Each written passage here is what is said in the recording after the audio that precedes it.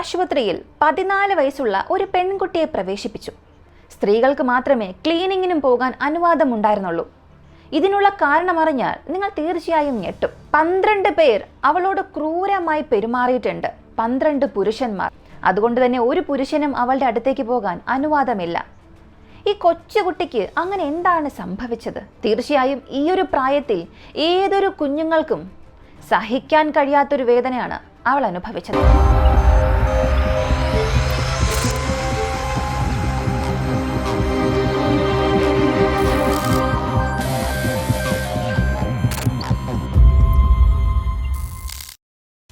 തങ്ങളുടെ 14 വയസ്സുള്ള പെൺകുട്ടിയെ കാണാനില്ല എന്ന് ബിൻവാടി പോലീസ് സ്റ്റേഷനിൽ ചെന്ന് ഒരു ദമ്പതികൾ പരാതി നൽകുന്നു. അപ്പോൾ മുതലാണ് ഈ കഥ ആരംഭിക്കുന്നത്.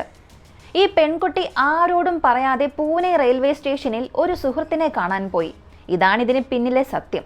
അവൾ റെയിൽവേ സ്റ്റേഷനിൽ എത്തിയപ്പോൾ അവളുടെ സുഹൃത്ത് വരാം എന്ന് പറഞ്ഞ സുഹൃത്ത് അവിടെ വന്നിട്ടില്ല.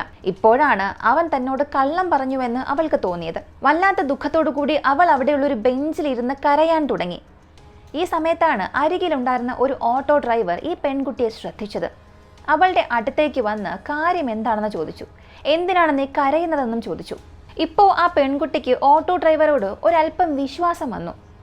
എൻ്റെ ഒരു സുഹൃത്ത് എന്നെ കാണാൻ വരുമെന്നൊക്കെ പറഞ്ഞു. എന്നാൽ ഇവിടെ എത്തിയപ്പോൾ അവനെ കാണാനില്ല. നിങ്ങൾ അവനെ എവിടെയെങ്കിലും കണ്ടെങ്കിൽ ദയവായി എന്നോട് പറയണമെന്ന് ആ പെൺകുട്ടി ആവശ്യപ്പെട്ടു. അവളൊരു ചെറിയ കുട്ടിയാണെന്നും മറുവശത്ത് അവളൊരു നിരപരാധിയാണ്, ഒന്നും അറിയാത്തൊരു പാവം പൊട്ടിപ്പെണ്ണാണെന്നും വീട്ടിൽ നിന്നും വളരെ ദൂരെയാണ് അവൾ എത്തിയിരിക്കുന്നതെന്നും അയാൾക്ക് മനസ്സിലായി. ഇത് മുതലെടുത്ത അയാൾ റെയിൽവേ സ്റ്റേഷനിൽ നിന്നും പുറത്തേക്കിറങ്ങി. ഒരു 10 മിനിറ്റിന് ശേഷം തൻ്റെ ഓട്ടോയുമായി തിരിച്ചെത്തി. നിന്റെ സുഹൃത്തിനെ എനിക്കറിയാം, അവൻ പിന്നിലെ തെരുവിൽ നിൽക്കുന്നുണ്ട്. ആദ്യമായി നിന്നെ കൃത്യസമയത്ത് കാണാൻ വരാൻ പറ്റാത്തതിൻ്റെ ഒരു വിഷമമാണവന്. നീ മറ്റൊന്നും കരുതണ്ട, എൻ്റെ കൂടെ വന്നാൽ മതി, ഞാൻ നിന്നെ അവൻ്റെ അടുത്തേക്ക് കൊണ്ടുപോകാം എന്നും അയാൾ പറഞ്ഞു. ആ 14 വയസ്സുള്ള കുട്ടിക്ക് എന്തറിയാം? ആ ഓട്ടോ ഡ്രൈവർ പറഞ്ഞത് അവൾ കണ്ണുമടച്ച് വിശ്വസിച്ചു. ഉടൻ തന്നെ അവൾ അയാളുടെ ഓട്ടോയിൽ കയറിയിരുന്നു. അവൾ കരയുന്നതും പേടിച്ചതും കണ്ടപ്പോൾ ഈ ഓട്ടോ ഡ്രൈവർ അവൾക്ക് കുടിക്കാനായി വെള്ളം എടുത്തു കൊടുത്തു. ഒരല്പസമയത്തിന് ശേഷം അവൾക്ക് ബോധം നഷ്ടപ്പെട്ടു. ആ ഓട്ടോ നേരെ പോയത് ഒരു കാട്ടിലേക്കായിരുന്നു. നഗരത്തിൽ നിന്ന് വളരെ അകലെയുള്ള ഒരു കാട്ടിൽ വെച്ച് ആ രാക്ഷസൻ അവളെ ബലാത്സംഗം ചെയ്യാൻ തുടങ്ങി. ആ കാട്ടിൽ ഒരു 2-3 മണിക്കൂർ അങ്ങനെ ചിലവഴിച്ചു. പെൺകുട്ടിക്ക് എന്ത് സംഭവിക്കുന്നുവെന്ന് മനസ്സിലായതേയില്ല. അവൾക്ക് ഒരു പകുതി ബോധമുണ്ട്. അതിനിടയിൽ മറ്റൊരു കാര്യവും സംഭവിച്ചു. ഈ ഓട്ടോ ഡ്രൈവർ ഒരു ഹോട്ടലിൽ താമസിച്ചിരുന്ന തൻ്റെ ചില സുഹൃത്തുക്കളെയും വിളിക്കുന്നു. ആ മുറിയിൽ ഒരു 12 പേരോളം ഉണ്ട്. അടുത്തയാൾ മറ്റൊന്നും ചിന്തിച്ചില്ല. ഈ പെൺകുട്ടിയെയും കൂട്ടി ഓട്ടോയിൽ ആ മുറിയിലേക്ക് പോകുന്നു. അകത്ത് കയറിയ ശേഷം ആ രാക്ഷസന്മാർ പെൺകുട്ടിയുടെ മേൽ ചാടി വീണു. അടുത്ത 24 മണിക്കൂർ ആ 12 പേർ വീണ്ടും വീണ്ടും ആ 14 വയസ്സുകാരിയെ ക്രൂരമായി തന്നെ പീഡിപ്പിച്ചു.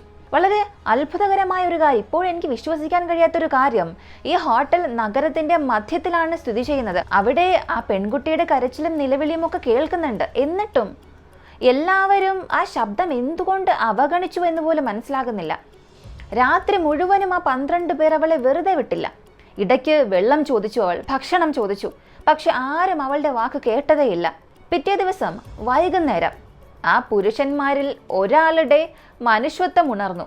അങ്ങനെയും പറയാൻ സാധിക്കില്ല. മനുഷ്യത്വമുള്ള മനുഷ്യന്മാരാണെങ്കിൽ ഇങ്ങനെയൊന്നും ചെയ്യില്ലല്ലോ. എന്തുകൊണ്ടാണെന്നറിയില്ല. ആ പെൺകുട്ടിയെ തിരിച്ച് പൂനെ റെയിൽവേ സ്റ്റേഷനിൽ തന്നെ തിരികെ ഇറക്കി വിട്ടു. ഈ 12 പേരും കരുതിയത് അവളൊരു കുട്ടിയല്ലേ, ആരോടും ഒന്നും പറയില്ല, വീട്ടിലേക്ക് പോയിക്കോളും, നമുക്ക് ഇതിൽ നിന്നും രക്ഷപ്പെടാമെന്നൊക്കെയാണ്. എന്നാൽ ഇതുപോലെയല്ല പിന്നീട് സംഭവിച്ചത്. ഒരു പക്ഷെ ഞാൻ അടുത്ത് പറയാൻ പോകുന്ന കാര്യം കേൾക്കുമ്പോൾ നിങ്ങളുടെ ചോര പോലും തിളച്ചു പോകും. പൂനെ റെയിൽവേ സ്റ്റേഷനിൽ അവൾ ഇരുന്നപ്പോൾ അവിടെ വന്ന ഒരു മെയിൽ ക്ലീനിങ് സ്റ്റാഫ് ഇവൾ ഇങ്ങനെ ഇരുന്ന് കരയുന്നത് കാണുന്നു. അയാളും അതൊരു ചെറിയ പെൺകുട്ടിയാണ്. അവസരം മുതലാക്കി അതേ പ്രവൃത്തി തന്നെ അവളോട് കാണിച്ചു. നിങ്ങൾക്ക് ചിന്തിക്കാൻ സാധിക്കുന്നുണ്ടോ? ഞാൻ ഈ പറയുന്നത് എന്താണെന്ന് മനസ്സിലാകുന്നുണ്ടോ? നമ്മുടെ രാജ്യത്ത് സംഭവിച്ചൊരു കാര്യമാണ്. ആ പെൺകുട്ടി ഒന്നിനും പറ്റാതെ കരയുകയാണ്. അടുത്ത ഒരു 24 മണിക്കൂർ ഇങ്ങനെ പോയി. ഈ വൃത്തികെട്ട പ്രവർത്തികൾക്കെല്ലാം ശേഷം ആ 14 വയസ്സുള്ള പെൺകുട്ടി തൻ്റെ ജീവന് വേണ്ടി അഭ്യർത്ഥിച്ചു കൊണ്ടിരുന്നു. പക്ഷേ രാക്ഷസന്മാർ, അതിപ്പോൾ ആ 12 പേരായിക്കോട്ടെ അല്ലെങ്കിൽ ക്ലീനിങ് സ്റ്റാഫ് ആയിക്കോട്ടെ, അവളുടെ അപേക്ഷ ചെവിക്ക് അടുത്തുപോലും പോയിട്ടില്ല. ഇപ്പൊ ഈ പ്രവർത്തികൾക്കെല്ലാം ശേഷം ആ ക്ലീനിങ് സ്റ്റാഫ് ആ പെൺകുട്ടിയെ കൊണ്ടുവന്ന് പൂനെയിൽ നിന്നും വടക്ക് ഭാഗത്തേക്ക് നേരിട്ട് ചണ്ഡീഗഡിലേക്ക് പോകുന്ന ഒരു ട്രെയിനിൽ കയറ്റി. വഴിയിലുടനീളം ആ പെൺകുട്ടി ആടാനോ അനങ്ങാനോ കഴിയാതെ അങ്ങനെ ഇരിക്കുകയായിരുന്നു. കണ്ണിൽ നിന്നും കണ്ണുനീർ മാത്രം വരുന്നുണ്ട്. ഇത്രയും ദൂരം യാത്ര ചെയ്തിട്ടും ആരും ആ പെൺകുട്ടിയുടെ അടുത്ത് വന്ന് എന്തിനാണ് നീ കരയുന്നത് എന്ന് പോലും ചോദിച്ചില്ല. അതിശയകരമായി തോന്നുകയാണ്. പിറ്റേ ദിവസം ട്രെയിൻ ചണ്ഡീഗഡ് റെയിൽവേ സ്റ്റേഷനിൽ എത്തുമ്പോൾ അവിടെ GRP പോലീസ് ഓഫീസറായ ഒരു പുരുഷൻ നിൽക്കുകയായിരുന്നു. അയാൾ ആ പെൺകുട്ടിയെ കണ്ടു. ആ പെൺകുട്ടിയെ ഒന്ന് വിളിക്കാൻ ശ്രമിക്കുകയും ചെയ്തു. പക്ഷെ അവൾ തിരിഞ്ഞു നോക്കിയപ്പോൾ അതൊരു പുരുഷനായിരുന്നു.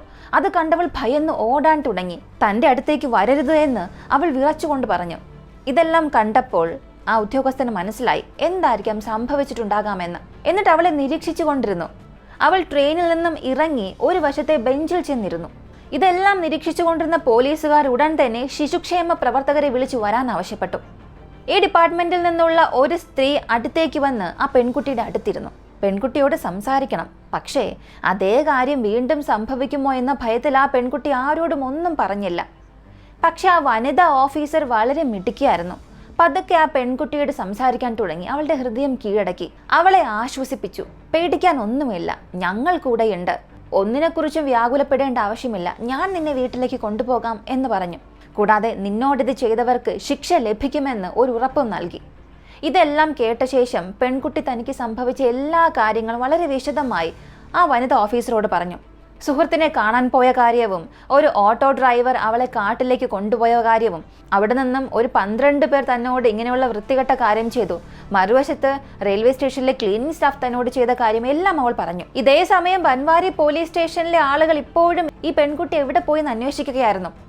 ഈ സമയത്താണ് ഛത്തീസ്ഗഡ് പോലീസ് ബൻവാരി പോലീസ് സ്റ്റേഷനിൽ വിളിച്ച് പെൺകുട്ടി തങ്ങളുടെ കൂടെ ഉണ്ടെന്ന കാര്യം അറിയിച്ചു. പെൺകുട്ടിയെ ഛത്തീസ്ഗഡിൽ നിന്നും ബോംബെയിലേക്ക് കൊണ്ടുപോയി ആശുപത്രിയിൽ പ്രവേശിപ്പിച്ചു. അവിടെ വനിതാ ഡോക്ടേഴ്സിനും വനിതാ ഓഫീസർമാർക്കും വനിതാ ക്ലീനിംഗ് സ്റ്റാഫ്സിനും മാത്രമേ പ്രവേശനം അനുവദിച്ചിരുന്നുള്ളൂ. മറുവശത്തെ ബിൻവാടി പോലീസ് സ്റ്റേഷനിലെ ഓഫീസേഴ്സ് ഇവളോട് ഈ ക്രൂര പ്രവൃത്തി ചെയ്ത മൃഗങ്ങളെ കണ്ടെത്താൻ ശ്രമിക്കുകയായിരുന്നു. അങ്ങനെ പൂനെ പോലീസ് ഒരുമിച്ച് 100-ലധികം CCTV ക്യാമറ ദൃശ്യങ്ങൾ പരിശോധിച്ചു. ആ സമയത്താണ് പെൺകുട്ടി ഒരു ഓട്ടോയിൽ കയറി പോകുന്ന ദൃശ്യങ്ങൾ ലഭിച്ചത്. ആ ദൃശ്യത്തിൽ നിന്നും ഓട്ടോയുടെ നമ്പർ ലഭിച്ചു. തുടർന്ന് ആ നമ്പർ എല്ലാ പോലീസ് സ്റ്റേഷനിലേക്കും അയച്ചു. ഏതാനും മണിക്കൂറുകൾക്കുള്ളിൽ ഓട്ടോ ഡ്രൈവറെ കണ്ടെത്തി. പൂനെ റെയിൽവേ സ്റ്റേഷന് സമീപം വെച്ച് പോലീസ് ആ ഓട്ടോ ഡ്രൈവറെ പിടികൂടി റിമാൻഡ് ചെയ്തു. ഒരുപാട് മർദ്ദിച്ച് ചോദ്യം ചെയ്തു. അവസാനം ആ 12 പേരുടെയും പേരുകൾ പറഞ്ഞു. മറുവശത്ത് ആ റെയിൽവേ സ്റ്റേഷനിൽ ഉണ്ടായിരുന്ന ക്ലീനിംഗ് സ്റ്റാഫിനെയും പിടികൂടി. അവരും ഇപ്പോൾ ജയിലിലാണ്.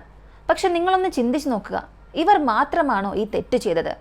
ആ 14 വയസ്സുള്ള പെൺകുട്ടിയെ ലോകപരിചയം ഒന്നുമില്ല, ചെയ്യുന്ന തെറ്റാണോ ശരിയാണോ എന്നുള്ള ബോധ്യമില്ല, ശരിയായ തീരുമാനമെടുക്കേണ്ട പ്രായമായിട്ടില്ല.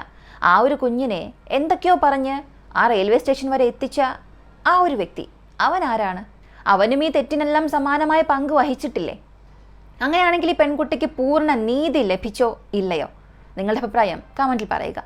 ഇങ്ങനെയുള്ള വളരെ വ്യത്യസ്തമായ വീഡിയോസിനെ കുറിച്ച് കേസുകളെ കുറിച്ചൊക്കെ അറിയാൻ താല്പര്യമുള്ളവരാണ് നിങ്ങളെങ്കിൽ ഇപ്പോൾ തന്നെ നമ്മുടെ ചാനൽ സബ്സ്ക്രൈബ് ചെയ്യുക. മറ്റൊരു വീഡിയോയുമായി വീണ്ടും കാണാം.